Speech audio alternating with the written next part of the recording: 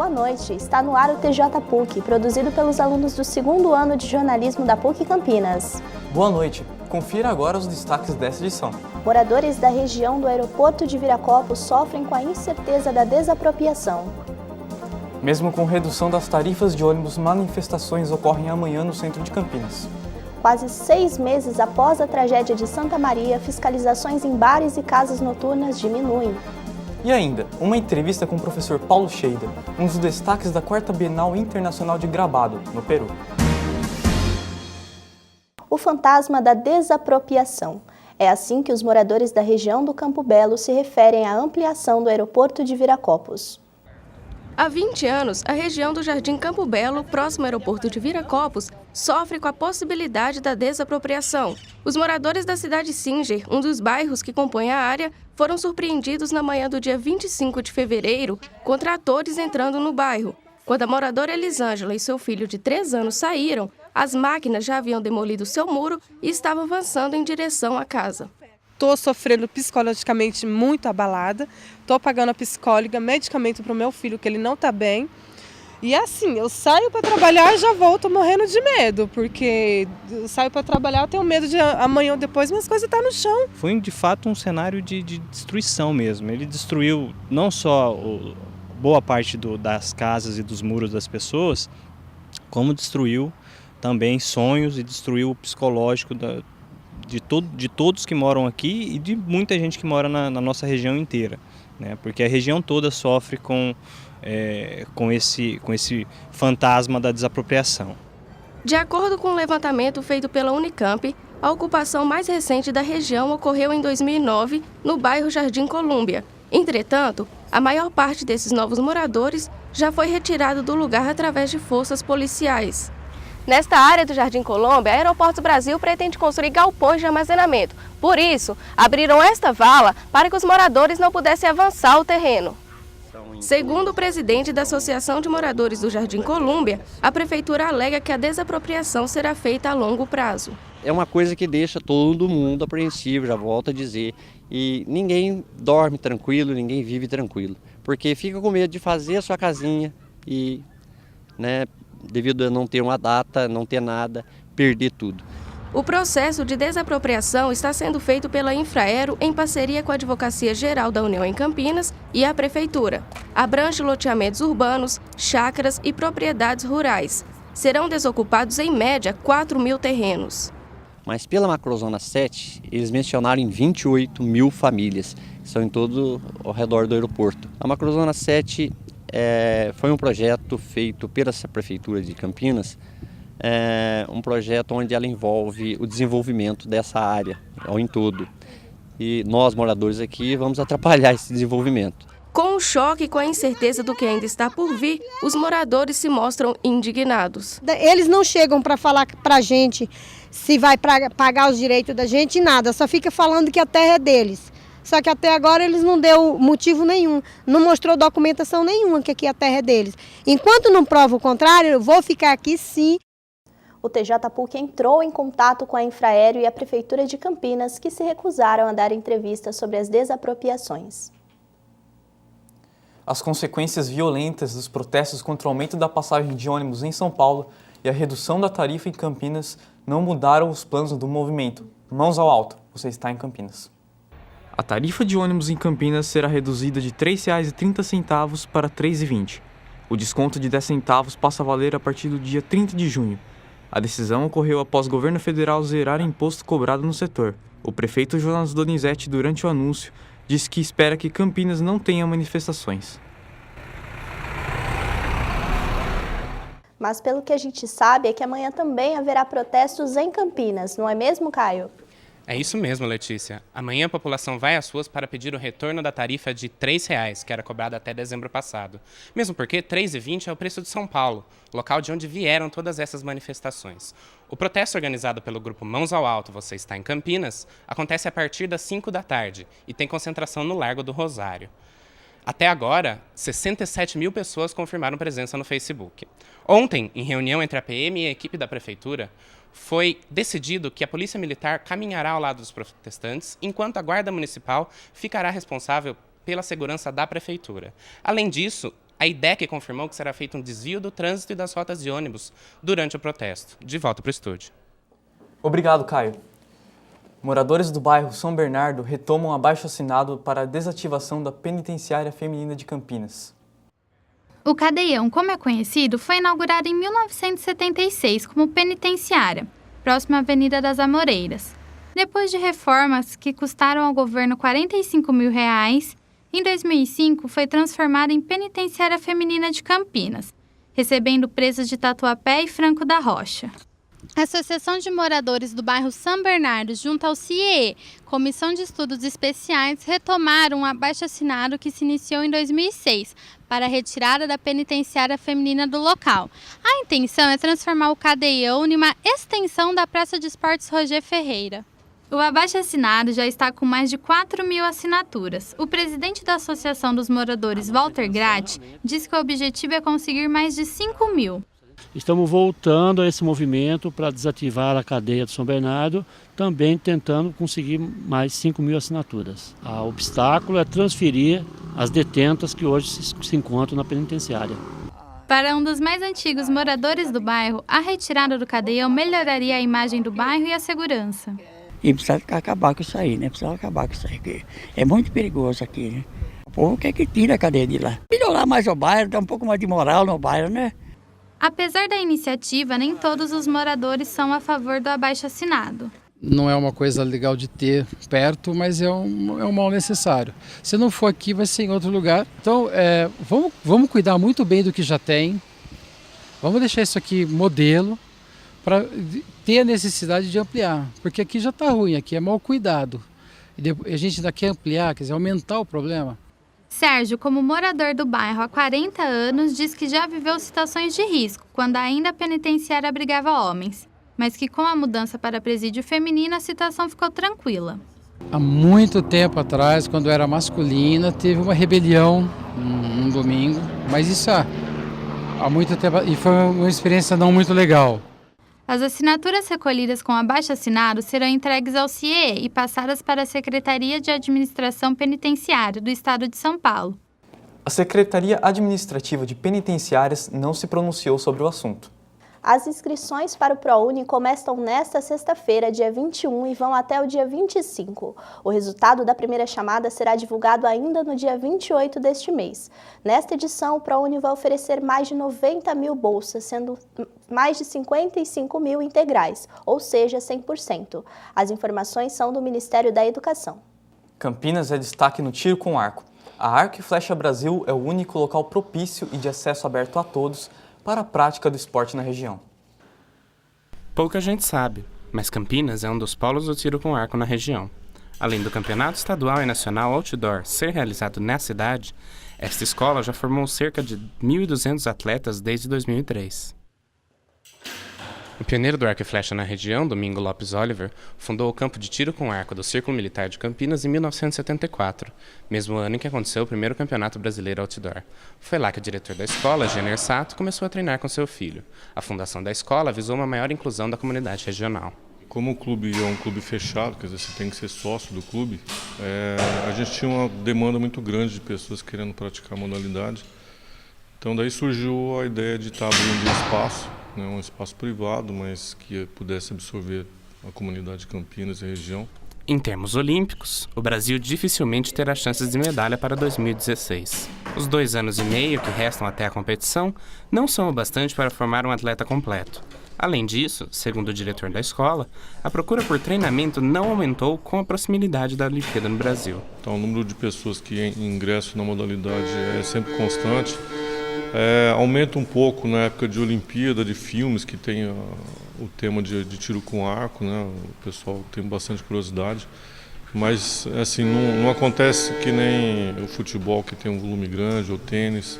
Adriana Petralha treina o esporte há 7 anos, trabalhou na escola como instrutora e é formada em Educação Física pela USP. Para ela, o tiro com arco desenvolve não só o condicionamento físico, como o caráter. Quando você é educador físico, você sabe que você pode oferecer para uma pessoa qualquer tipo de ensinamento ou educação durante uma aula. E com todos os esportes isso é uma verdade. Com o tiro com arco também. Disciplina, organização, concentração, todo tipo de coisa é importante e é fácil de ensinar aqui e é prazeroso e tem sempre uma boa resposta. No próximo bloco, exposição sobre o corpo humano pode ser visitada no Shopping Dom Pedro. E ainda 2 iniciativas em Campinas que compartilham a cultura. O TJ PUC volta já.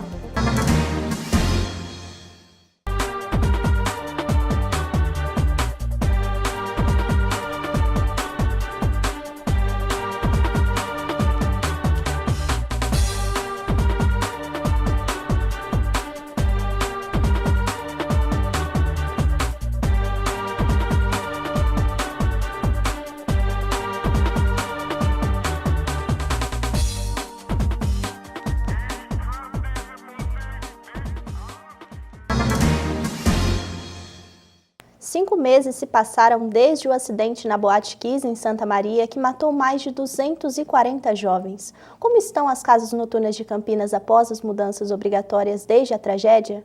E a fiscalização continua regular? Foram mais de 100 estabelecimentos fiscalizados logo após a tragédia no Rio Grande do Sul, além das vistorias semanais e o decreto da suspensão das atividades de algumas casas. Todo aquele processo, né, rolando, não só na cidade de Campinas, mas no estado de São Paulo inteiro. Quando aconteceu, a gente já estava com entrada já na documentação com a prefeitura, apenas que quando a fiscalização chegou, a gente não tinha o documento alvará em mãos, estava aguardando a liberação da prefeitura. E no caso os fiscais atuaram, não só a gente como a maioria das outras casas, porque não tinha documentação, a gente apenas o protocolo e não tinha como validade para eles. Entre os estabelecimentos vistoriados estão casas noturnas, bares e casas de shows. Para um funcionamento regular, a Prefeitura exige que os locais apresentem o AVCB, que é a vistoria do Corpo de Bombeiros, e o alvará regularizado dentro da data de validade. Desde a tragédia acontecida em Santa Maria, em 27 de janeiro, casas noturnas e bares de Campinas sofreram forte fiscalização da Prefeitura. O que acontecia semanalmente, hoje acontece uma vez por mês, em média. Das 115 casas fiscalizadas, apenas 8 não precisaram realizar nenhuma mudança. Outras 9 permanecem lacradas até hoje e algumas, segundo a Prefeitura, continuam funcionando irregularmente. Além da documentação em dia, as casas também tiveram que apresentar outras mudanças, como a implantação de placas de segurança, sinalizadores de saída de emergência, extintores de incêndio recarregados e placas de proibido fumar. Eles passaram a ver mais essa questão, a ter os equipamentos de segurança mais visíveis só e a respeitar mais os equipamentos. Porque antes eles depredavam muito extintor, nego-abria. Para os clientes, a mudança é positiva, embora eles acreditam que seja temporária. Acho que assim, melhorou em um ponto, mas eles continuam superlotando às vezes as baladas. Então eu acho que é mais a questão do susto e a hora que passava, eu acho que vai voltar a ser o que era antes.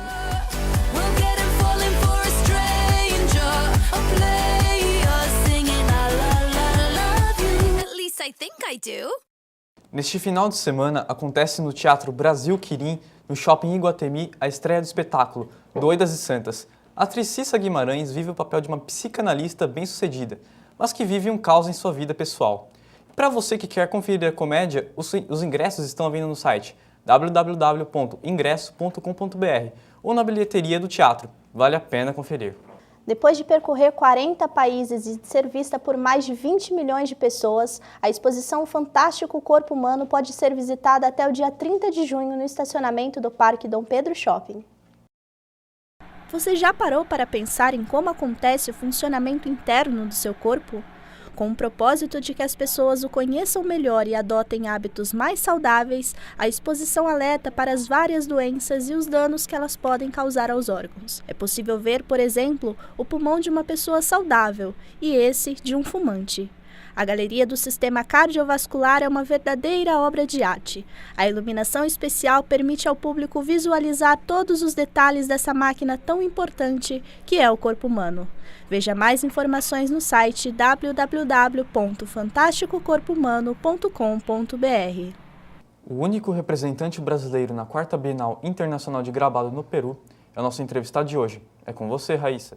Boa noite, Vinícius. O professor de Artes Visuais da PUC Campinas, Paulo Scheida, que está aqui com a gente, para falar um pouco da exposição Nexos Causais, que está acontecendo na 4ª Bienal em Lima, no Peru.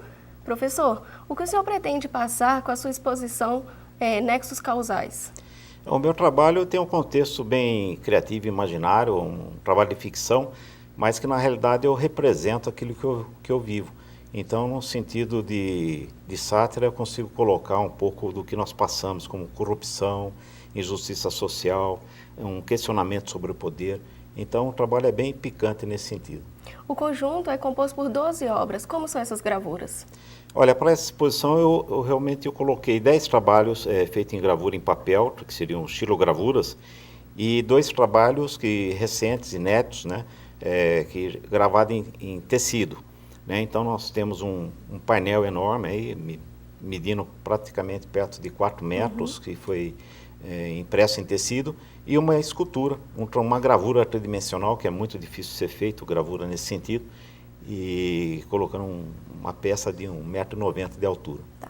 A Bienal conta com a participação de mais artistas internacionais? Sim, essa Bienal, feita pelo Instituto Cultural Peruano Norte-Americano, é uma das principais do mundo.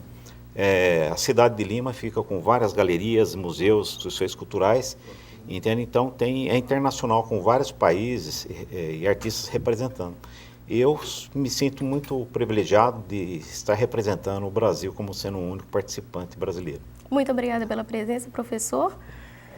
A exposição começou no dia 28 de maio e vai até o dia 30 de junho. Voltamos com você, Letícia. Obrigada, Raíssa. Diversas iniciativas estão sendo criadas sem o apoio do poder público para produzir e divulgar cultura em Campinas. Conheça agora 2 dessas iniciativas, a Manada Cultural e a Feira Contemporânea Domingo. William tem 22 anos e divide o tempo entre o trabalho como tatuador e a mobilização em prol da cultura. A ideia do espaço Manada Cultural surgiu de uma necessidade de conciliar essas 2 funções. Surgiu da ideia de 2 amigos, na verdade, que a gente pensou em montar um espaço legal, assim, que a gente possa trabalhar e, ao mesmo tempo, fazer alguma coisa de útil, assim, para a sociedade, né? Da cultura, alguma coisa assim, divulgar alguma arte, né? Mantido sem auxílio financeiro do governo, o espaço conta com a loja, que promove bailinhos com discotecagem anos 80, e o estúdio de tatuagem, que incentiva artistas e grafiteiros a expor e promover os trabalhos no local. A gente tem focado bastante em exposições de artes, né? Tem alguns quadros aí, tem um pouco de arte urbana também, grafite, tem bastante as vendas do Clube das Pin-Ups, que é mais uns bazares, né? E é basicamente isso, assim. Mistura tudo, né? Tem rap, tem grafite, essa coisa jovem, que a loja Clube das Pin-Ups também tem essa coisa de ritmo jovem, a gente brinca sempre com isso. Então acho que tá legal estar aqui, nesse espaço. Além da Manada Cultural, Campinas tem recebido diversos projetos para promover cultura. Um deles é a Feira Contemporânea Domingo, que acontece regularmente e tem mais de 8 mil curtidas no Facebook. A feira tem desde comidas típicas de feira, loja, até exposições de arte, grafite e apresentações musicais. Além disso, já recebeu artistas conhecidos, mas o objetivo é dar espaço para quem está começando. A nossa ideia principal é incentivar os jovens artistas, designers da região, que estão começando aqui, assim como nós. Com um conceito diferente, a feira propõe uma entrada de valor sugerido, no caso, R$15, mas a contribuição pode ser feita com qualquer outra quantia. Nós não temos a intenção de excluir ninguém. Então, a pessoa às vezes não tem dinheiro para contribuir, ela pode vir, vai ser bem aceita. Agora, se ela quiser, se ela achar que ela pode contribuir, nós sugerimos um valor de R$15, tá? Mas se ela quiser contribuir com 50, será muito bem aceito. Se quiser contribuir, se puder contribuir com 10, com 5, tem pessoas que não contribuem com nada, eu acredito que por não poderem, né? A feira acontece todo domingo, das 11 às 23 horas, na rua Leontina de Carvalho Siqueira, número 38, Jardim das Palmeiras. Já a Manada está aberta de segunda a domingo, das 10 às 18 horas, na rua Padre Vieira, número 733, Centro. O TJ PUC de hoje fica por aqui. Boa noite. Boa noite. Nós encerramos essa edição com mais algumas imagens de gravuras do professor Paulo Scheider.